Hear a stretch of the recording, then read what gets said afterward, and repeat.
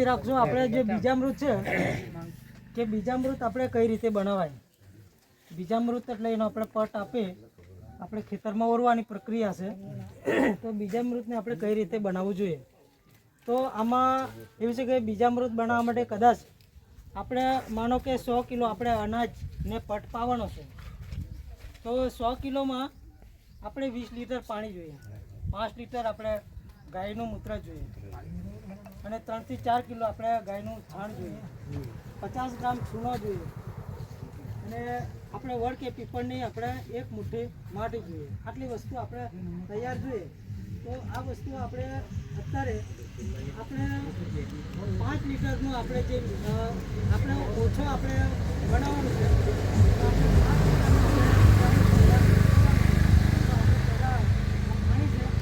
તો આપણે 5 લીટર જેટલું આપણે પાણી આની અંદર આપણે ઉમેરીશું.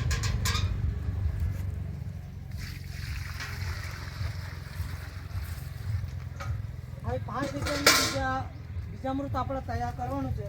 તો આપણી પાસે 2 લીટર જેટલું આપણે ગૌમૂત્ર છે તે એને આપણે ઉમેરીશું.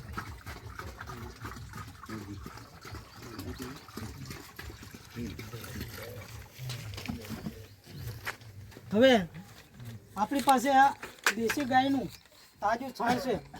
તો આપણી પાસે 1 થી 1.5 કિલો આપણે ગાયનું છાણ તૈયાર પલાળેલું છે ગોળ, અને એ પણ આપણે અંદર ઉમેરી દઈશું.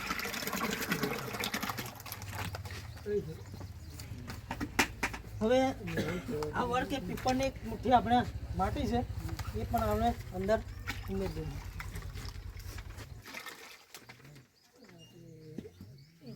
હવે આ ચૂનો છે, ચૂનાની પણ અમુક માત્રા હોય. આપણે 20 લીટર બનાવવાનું હોય તો આપણે એને 50 ગ્રામ જોઈએ, પણ આપણે આ 5 લીટરનું બનાવવાનું છે તે એની માત્રામાં આપણે બધી જ વસ્તુ આપણે ઓછી કરી નાખવાની.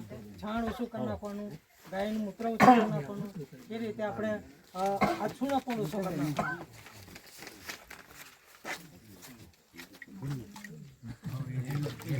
હવે આ બીજામૃત બનાવવા માટે આટલી જ વસ્તુની જરૂર પડે. આપણે બજારમાંથી કોઈ વસ્તુ ખરીદીને લાવ્યા છે વેચાતું, ખાલી ચૂનો એટલો જ લાવ્યા.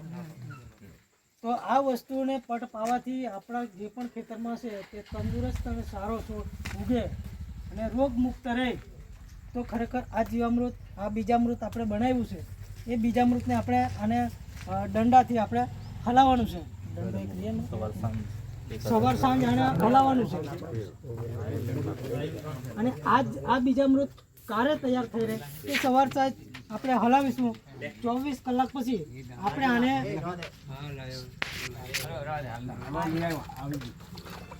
આ રીતે આપણે એક જ ગતિમાં બધી વસ્તુને હલાવવાનું છે. તો આને સવારને સાંજ હલાવીશું. 24 કલાક થાય એટલે પછી આને પટ આપણે મકાઈ છે કે પછી તુવર છે, જેને પણ પટ પાવાનો હોય, ડાંગર છે, એવો કોઈ બીને પટ પાવાનો હોય તે આપણે જમીન પર આપણે ગાયના છાણથી લીપેલો હોય એવી જગ્યા પર એને પટ પાઈ દેવાનું.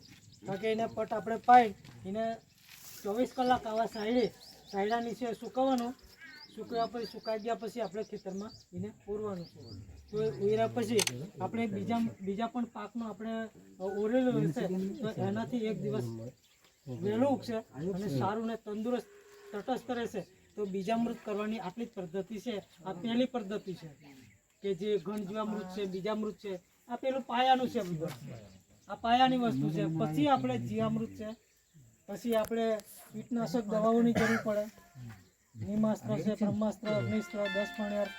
આ પદ્ધતિની બધી આપણે ખેતી કરીએ તો 100% ઉત્પાદન મળે, 100% આપણે એનો ભાવ મળે, 100% આપણે તંદુરસ્ત સારા રહે. તો આ પ્રકારની આપણે પ્રાકૃતિક કૃષિ ખેતી છે.